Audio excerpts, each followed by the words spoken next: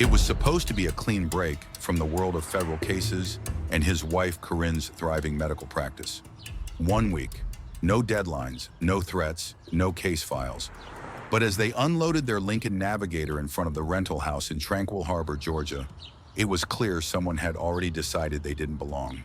An older couple had walked by moments before, their gazes hard and unsmiling. Warren gave a polite, practiced nod and got nothing in return. Don't give them an opening, he thought. Just let it be, Corinne had murmured, seeing the cold exchange. Then he saw the first patrol car, crawling down the street, its driver staring intently at their house. A second cruiser pulled up and stopped. An officer got out, his hand resting on a service weapon. Warren knew the feeling instantly. They were being targeted. I'm just walking to the curb, Warren said, his voice a low rumble. Make sure they see my hands. He moved with deliberate calm, giving the officer a nod that was met with a stony glare. As he walked back, his 13-year-old son, Caleb, spoke from the porch. Dad, he's still watching. Warren's eyes swept the scene. One officer out, one still in the vehicle. A classic containment strategy for a family unloading groceries. Before Corinne could even look up the property manager's contact, two more cruisers tore around the corner, sirens silent, and boxed the Navigator in. This wasn't a response. It was a raid. The street was suddenly painted in silent, strobing flashes of red and blue. That's when Sergeant Kressler, the older cop, finally broke the silence. He didn't ask. He commanded, You, on the porch! Down here now! Show me your hands! Caleb flinched back. 9-year-old Zoe let out a sharp cry and clung to her mother. Warren moved immediately, positioning himself as a shield for his family. He raised his hands slowly, palms out. Officer, there's no need for this. My name is Warren Sinclair. We're renting this house for the week. A cruel smirk twisted Kressler's lips. Got one, his eyes seemed to say. I'm sure you are. Turn around, hands behind your back. I am a federal agent, Warren stated, his voice now cold as iron. My credentials are in the glove compartment of that Navigator. I strongly suggest you... He never finished. Kressler gave a sharp nod. The younger officer, Finch, charged the porch, grabbing Warren and slamming him face first against the railing. A knee drove hard into Warren's back, forcing the air from his lungs. The last thing he heard before the cold steel of the cuffs bit into his wrists was his son's horrified gasp. Warren! Corinne screamed, fumbling with her phone. I have the rental confirmation right here. Look! She held the phone out like a shield, the screen glowing. Kressler stalked onto the porch, snatched the phone from her grasp, and without even glancing at it, contemptuously tossed it onto a nearby wicker chair. You can show it to the booking sergeant, he sneered, grabbing her arm. Right now you're interfering. Interfering? You're assaulting my husband and terrorizing my children, she yelled as he torqued her arm behind her back, cuffing her in front of her sobbing daughter. Forced to his knees on the manicured lawn, Warren looked up. He saw his wife, a respected doctor, being manhandled. He saw his children, frozen in fear. And he saw the smug, self-satisfied smirk on Sergeant Kressler's face. The fury was a white-hot furnace inside him, but 15 years of training built a cage of ice around it. They didn't see a family. They saw a target, and they had no idea the hell they had just called down upon themselves. The whole street had gone quiet. Behind twitching curtains, neighbors watched the show. No one came out. No one spoke up. You are making a catastrophic mistake, Corinne cried out, her cheek pressed to the splintery wood of the porch. The rental agreement is on the kitchen counter. Kressler wasn't listening. He was savoring the moment. On the grass, Warren tried to reason with the younger officer, Finch, whose knee was still planted in his back. Listen to me. My name is Special Agent Warren Sinclair. I am with the FBI. You have the right to remain silent, Finch recited, his voice a nervous monotone. Near the front door, Caleb stood trembling, his arm around his little sister. My mom didn't do anything, he whispered. Can I go to her? Kressler shot the boy a venomous look. Get back in the house. But that's my mother. Caleb's voice cracked with anguish. Warren's own voice rose, tight with rage. The boy is 13 years old. Let him check on his mother. He is not a threat to you. Kressler ignored him, turning back to Corinne.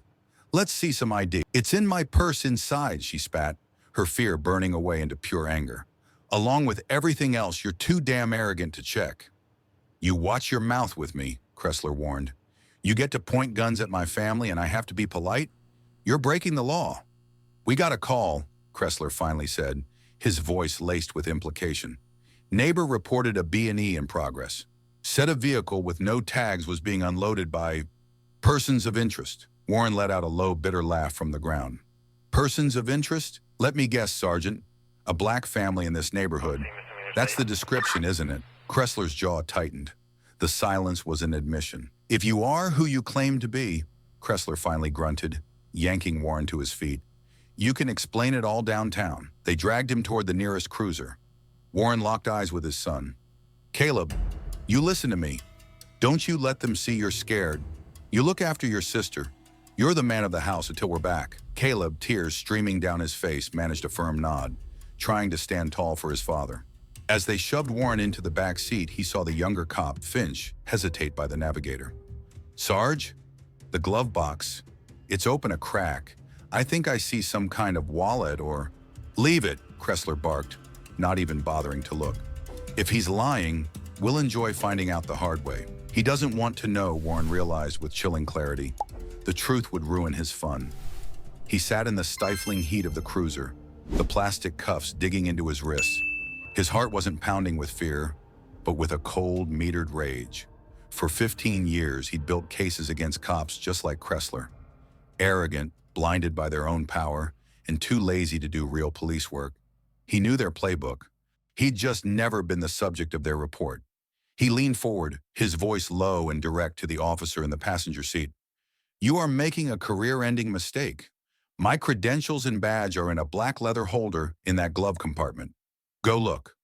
The officer didn't even turn his head. Tell it to the sergeant. Warren leaned his head against the plexiglass divider, watching his children shrink into two small, terrified figures on the porch. It wasn't just anger he felt. It was a profound, burning shame. Not for himself, but for the brutal lesson his children were being taught. A lesson he had spent his entire life trying to prove was a lie. The police station was a sterile box of cinder blocks and indifference. It smelled of bleach and stale coffee. They chained his cuff to a metal bench in a hallway and left him there. Down the hall, he could hear Corinne's voice, sharp and furious, demanding to speak to a lawyer and being ignored. After an eternity, Officer Finch appeared in the doorway, swaggering with borrowed confidence. He leaned against the frame with a smirk. So, you're the big-shot federal agent? He asked, his tone dripping with mockery. Warren looked up, his gaze flat and hard enough to chip stone. Supervisory Special Agent Warren Sinclair, Atlanta Field Office. My credentials are in the glove compartment of the Lincoln Navigator you illegally impounded. The smirk on Finch's face dissolved. He blinked, the color draining from his cheeks. Why didn't you say something before? I did, Warren replied, his voice utterly devoid of emotion. Repeatedly, you and your sergeant chose not to listen. The young cop suddenly looked like a boy playing dress-up. I gotta go check on something. He scurried away. Minutes later, Sergeant Kressler appeared. His face was a mask of contempt. You're sticking to that story? Your badge is in the car? Warren gave a single, slow nod. Black leather case, bureau seal embossed on the front. Left side of the glove box. Kressler stared at him for a long, hard second, then turned on his heel and walked away. The wait was excruciating. 10 minutes felt like an hour. Finally, the sound of hurried, panicked footsteps echoed down the hall. It was Finch. His face was as white as a sheet. The bravado was gone, replaced by raw, undiluted terror. They had found it. Agent Sinclair? Sir? He stammered, entering the hallway as if it were a minefield. We located your identification. On behalf of the department, I want to apologize. This has all been a terrible miscommunication. Stop, Warren said. His voice was quiet, but it carried an authority that made Finch physically recoil. Do not insult my intelligence by calling this a miscommunication. Finch swallowed hard, his Adam's apple bobbing. Right. Yes, sir. I'll get these cuffs off you immediately. Minutes later, Warren was rubbing the circulation back into his wrists at a metal table when they brought Corinne in. Her eyes were blazing. They had the nerve to tell me it was a simple mix-up, she seethed. That's when a man in an ill-fitting suit walked in. Not a cop. This had to be the man in charge, Chief Drummond. He sat down without an introduction or an apology. "We've confirmed your identity, Agent Sinclair," he said, his voice flat. "Took you long enough, Chief," Warren shot back. "You have to understand, when we get a call from a concerned resident in that part of town—" "No," Warren cut him off, his voice dropping to a dangerous level. "I don't have to understand a thing. Your men had multiple opportunities to de-escalate. My wife told them she had proof of rental. They dismissed her. I identified myself as a federal agent. They put a knee in my back. This failure is on you and your department." Drummond cleared his throat. "Given the situation, I'm prepared to have all charges dropped and waive the impound fee for your vehicle." "Charges?" Corinne exploded. "You can't drop charges that never should have existed. You can't waive a fee for a vehicle you illegally seized." "Don't try to buy our silence, Chief," Warren said, leaning forward. The predator was awake.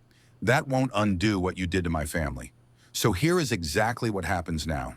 First, I want the full, unredacted incident report, the 911 transcript, and the body cam footage from every single officer on that scene. I want it on my desk by 0800 tomorrow.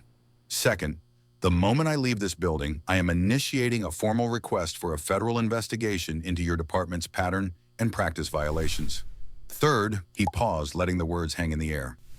"You have a sergeant and an officer who chose to escalate, to ignore evidence, and to abuse their authority. Their careers are now in your hands. You will deal with them, or I will." Warren stood, his large frame casting a shadow over the stunned chief. "And one last thing. While you were in here trying to figure out how to bury this, my 13-year-old son and my 9-year-old daughter were left alone on a dark porch in a town where they just watched men like you arrest their parents for nothing. You don't get to just walk away from that." He and Corinne turned and walked out, leaving the chief sitting speechless in the stale, quiet room. The ride back to the rental was silent. As they pulled into the driveway, two small figures launched themselves from the porch steps. "Dad!" Caleb cried, running to the car. The raw relief in his son's voice was a punch to the gut. Warren pulled him into a fierce hug. "You did good, son," he whispered. "You took care of your sister. I'm so proud of you." Caleb buried his face in his father's shoulder. "Dad," he mumbled, "that man, the neighbor." He stood across the street and watched the whole time. Warren pulled his son into a tight hug. "You did good, Caleb," he said softly. "You looked after your sister. I'm proud of you." "Dad," Caleb whispered into his shoulder. "That neighbor." He stood across the street and watched the whole time. Warren's gaze locked onto the house with the single porch light burning. A silhouette moved behind the curtain, the caller. Inside, the rental agreement sat in plain sight on the kitchen island. His jaw tightened.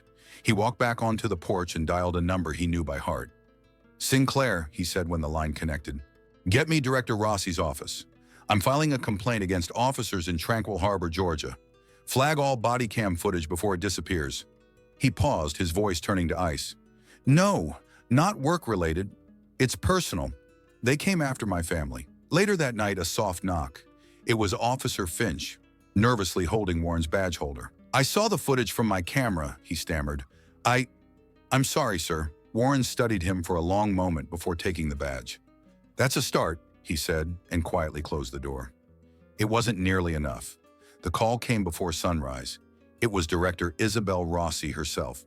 "Warren, I read your report. It's bad." "I know," he said, pacing the lawn. "Are you ready to take this public?" she asked. "I'm giving them one chance to do the right thing," he replied. "But I won't wait forever." "It might be too late for that," she said. "A neighbor's security camera caught the arrest. The footage hit the internet an hour ago. It's already spreading." Warren's phone began to explode. By 10 a.m., the video had hundreds of thousands of views, and the Tranquil Harbor PD had issued a pathetic statement about reviewing an incident. "They're trying to get ahead of it," Corinne said with disgust. "They can try," Warren replied, opening his laptop.